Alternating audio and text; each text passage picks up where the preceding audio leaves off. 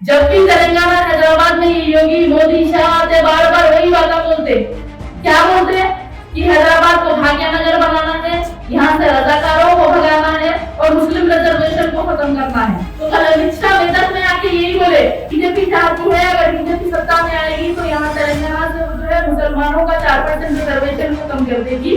लेकिन ये कैसी बात हुई कि मुसलमानों का रिजर्वेशन खत्म करके उनको देंगे। मेरी आप तमाम से अपील है कि अपने एक वोट का इस्तेमाल करिए, यहाँ के पोलिंग परसेंटेज को बढ़ाइए और आपके अपनी जमात बदल सकता है तो मुस्लिम को फिर वोट से ही नहीं दुआओं से ही नवाजिए। इंतखाबी सरगर्मियों के माहौल में मुल्क के सूरत हाल को नजर में रखते हुए अपने वोटों का इस्तेमाल करके आपकी अपनी जमात मजलिस इत्तेहादुल मुस्लिमीन को कामयाब करिए, क्योंकि मजलिस इत्तेहादुल मुस्लिमीन का मकसद शहर हैदराबाद की तरक्की है। मजलिस इत्तेहादुल मुस्लिमीन का मकसद शहर हैदराबाद का अमन है। मजलिस इत्तेहादुल मुस्लिमीन का मकसद हमारा बेहतर मुस्तकबिल है। मजलिस इत्तेहादुल मुस्लिमीन का मकसद शहर हैदराबाद में इल्म को रोशन करना है। मजलिस इत्तेहादुल मुस्लिमीन का मकसद हमारे वजूद को बरकरार रखना है।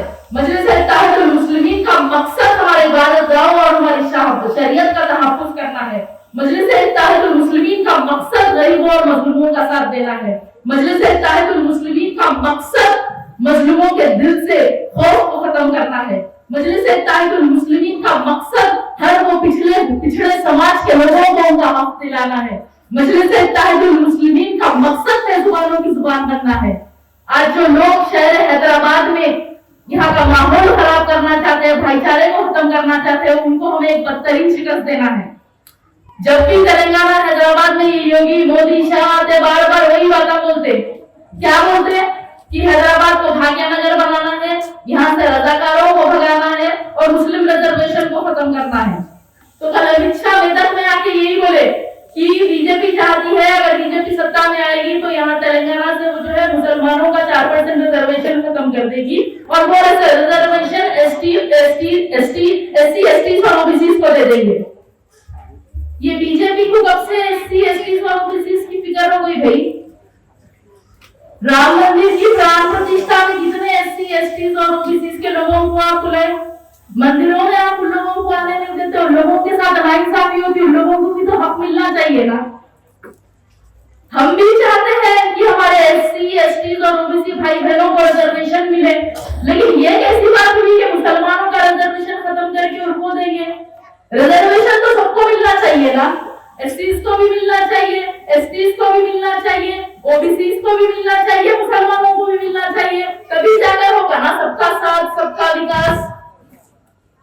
ये मोदी जी के जुमले अच्छे रहते नहीं, जुमले भी अच्छे रहते, फेंका भी लंबे लंबे रहते। बहरहाल अमित शाह को चाहिए कि वो हकीकत मालूम रख के यहाँ पे आके बयानबाजी करे, क्योंकि वो कल फिर से ये बोले कि जो है तेलंगाना में आज तक BRS हैदराबाद लिबरेशन डे नहीं मनाई मजलिस के डर से। तो मैं आप लोगों को बता दूं कि हर साल तेलंगाना में हैदराबाद लिबरेशन डे मनाया गया और हर साल मजलिस की जानिब से 17 सितंबर के दिन हैदराबाद लिबरेशन डे मनाया जाता है। तिरंगा रैली निकाली जाती है, बाइक रैली निकाली जाती है। क्यों? क्योंकि हमें खुशी थी कि 17 सितंबर के दिन हैदराबाद आजाद हिंदुस्तान का हिस्सा बन गया था।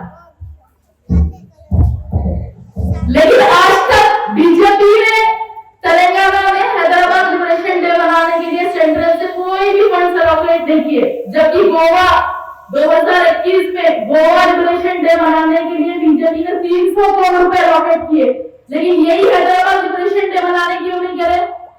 और सच्चाई जो है, हकीकत जो है, इतिहास जो है वो बदल नहीं सकता। 1948 में जब हैदराबाद डेक्कन में ऑपरेशन पोलो हुआ था तो हजारों लाखों मुसलमानों का कत्लेआम हुआ था, और जो लोग आज कोई झूठे प्रोपेगेंडा मूवीज के जरिए झूठ को बयान कर रहे हैं, उनको 1949 की सुंदरलाल कमेटी की रिपोर्ट पढ़नी चाहिए। सब लोगों को सच्चाई हकीकत मालूम करने और सुंदरलाल कमेटी रिपोर्ट पढ़नी चाहिए। अरे मुल्क की आजादी से पहले वो RSS के लोग बिल में छुपे हुए थे, मुसलमानों ने मुल्क की आजादी के लिए जिद्दोजहद दी, कुर्बानियां दी, शहीद हो गए। वो मक्का मस्जिद के शाही इमाम मौलवी अलाउद्दीन पहले हिंदुस्तानी थे जिन्होंने मुल्क की आजादी के लिए काले पानी की सजा काटी। वो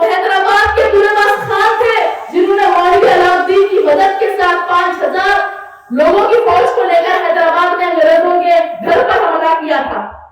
वो निजाम सरकार थे जिन्होंने हिंदुस्तान की हुकूमत को 5000 किलो का सोना दिया था नेशनल डिफेंस फंड के लिए। जो रजाकार थे वो पाकिस्तान चले गए, जो वफादार थे वो लड़े थे अंग्रेजों के खिलाफ। जो रजाकार थे वो पाकिस्तान चले गए, जो वफादार थे वो आज यहाँ मौजूद है।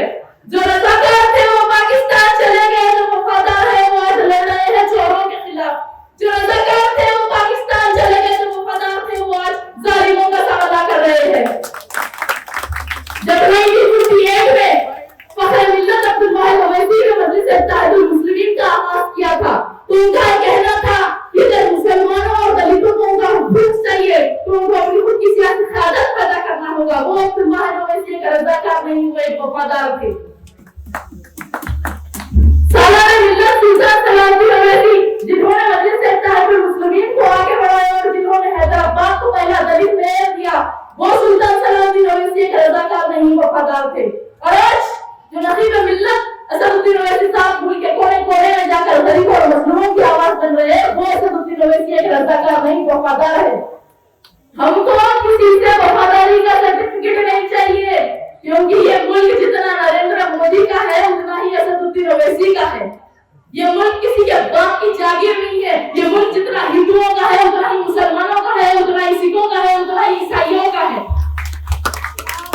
और जो लोग इस मुल्क से मुसलमानों का हक छीनना चाहते हैं, मुसलमानों को दूसरे दर्जे की शहरी बनाना चाहते हैं, इंशाअल्लाह उनका ख्वाब कभी पूरा नहीं होगा। क्योंकि हर जमाने में हमने ऐसे यजीद, तमूद, अबू जहल और फिरौनों का सामना किया है। लेकिन मेरे भाइयों, ज्यादा मुश्किल है ये वक्त के मुनाफिकों को बचाना। बड़ी परेशानी तो ये वक्त के मीर सादिक और मीर जाफर से है। वो कांग्रेस के इमरान प्रतापगढ़ी से मैं कहना चाहती हूँ कि शेर अभी बूढ़ा नहीं हुआ, और शेर चाहे कितना भी बूढ़ा हो जाए वो शिकार ही करना नहीं भूलता। जंगल का एक ही राजा, एक ही शेर रहता जो असदुद्दीन ओवैसी साहब है। और शायद इमरान तुम तो जंगल के बंदर हो जो मदारी के टुकटुकी में चलते, जो तुम्हारी मैडम मदारी के ऊँटों बोलने पर उठते, बैठे बोलने पर बैठते। जब कौम के मसलों की बात आती तो हमारे फायद असदुद्दीन ओवैसी साहब बिना जान की परवाह करे बिन ब्रेक गाड़ी में निकल जाते, और तुम कांग्रेस की गाड़ी में बैठ के ट्रैफिक में ही फंस जाते। तुम जैसे कहीं आई चलेंगे, हमारा मुकाबला तुम नहीं कर सकते, तुम्हारी हैसियत नहीं है। तुम्हारी हैसियत सिर्फ दूसरों की गुलामी करना और चापलूसी करना है।